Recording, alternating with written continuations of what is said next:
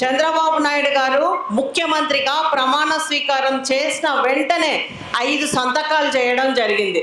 మొట్టమొదటిది mega DSC. YCP వాళ్ళు చెప్పారు అప్పుడు 2,30,000 ఉద్యోగాలు ఇస్తాము అని చెప్పడం జరిగింది. 5 ఏళ్ళు గడిచిపోయింది. తీరా 3 నెలలుంది ఎలక్షన్స్ ముందు అనేటప్పుడు నోటిఫికేషన్ ఇచ్చారు.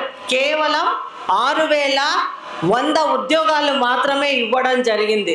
అది కూడా డిఎస్సి నిరుద్యోగులకి కనీసం చదువుకోవడానికి కూడా అవకాశం లేకుండా కేవలం 3 నెలలు టైం ఇచ్చి వాళ్ళు ఇష్టానుసారంగా చేయడం జరిగింది. కానీ మన ముఖ్యమంత్రి గారు అలా కాకుండా ఒకేసారి 16,347 పోస్టులకి ఈరోజు నోటిఫికేషన్ ఇచ్చి ఎగ్జామ్స్ జరిపి ప్రక్రియ అంతా పారదర్శకంగా పూర్తి చేయడం జరిగింది.